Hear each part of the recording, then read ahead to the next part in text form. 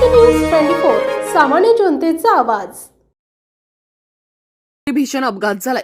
मौजे भोगाव पाटीजवळ भरधाव पिकअप जिंतूर औंढा नागनाथ महामार्गावर एका तरुणाचा जागीच मृत्यू झाला, तर तिघे जण गंभीर जखमी झालेत। हिंगोली जिल्ह्यातील सावा येथील विनोद गायकवाड, सुबोध भवर, सखाराम कराळे आणि शिवाजी भवर हे चौघे जण कारने छत्रपती संभाजीनगरकडे निघाले होते।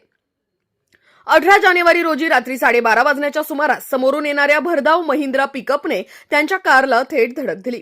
या अपघातात शिवाजी भवर यांचा घटनास्थळीच मृत्यू झालाय, तर विनोद गायकवाड, चालक सुबोध भवर आणि सखाराम कराळे हे तिघे गंभीर जखमी झाले असून त्यांच्यावर जिंतूर व परभणी येथे उपचार सुरू आहेत। अपघातानंतर पिकअप चालक घटनास्थळावरून फरार झाला असून जिंतूर पोलीस ठाण्यात अज्ञात चालकाविरोधात गुन्हा दाखल करण्यात आलाय। पोलीस पुढील तपास करत आहेत।